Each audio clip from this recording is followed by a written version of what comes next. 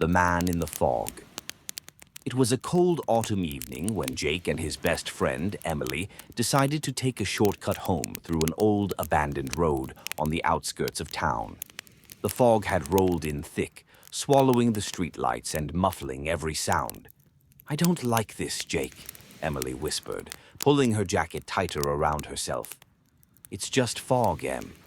"Relax," Jake chuckled, though deep down something about the silence unsettled him. As they walked, the air grew heavier, almost suffocating. Then they heard footsteps behind them. At first, they were distant. Then they became closer. "Maybe it's just someone else walking home," Emily suggested, though her voice wavered. Jake turned his head slightly but saw nothing, just the endless, thick fog. They kept walking. The footsteps followed. Suddenly, Emily grabbed Jake's arm. "Look," she gasped. A tall figure stood motionless in the fog, barely visible. It wasn't moving. It wasn't breathing. It was just standing there. "Let's just keep walking," Jake muttered, forcing his legs to move.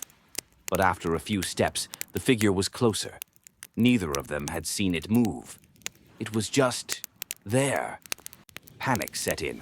They started walking faster, then running. The footsteps behind them grew louder, heavier, faster. Jake dared to glance back. The figure was right behind them. Not running, just standing there. Yet somehow it was closer. Emily screamed.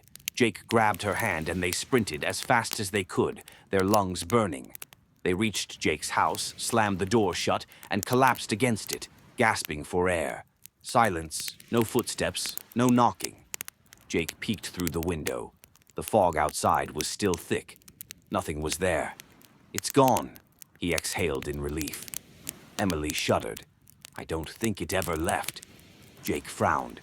"What do you mean?" Emily raised a trembling finger. "Look at the reflection."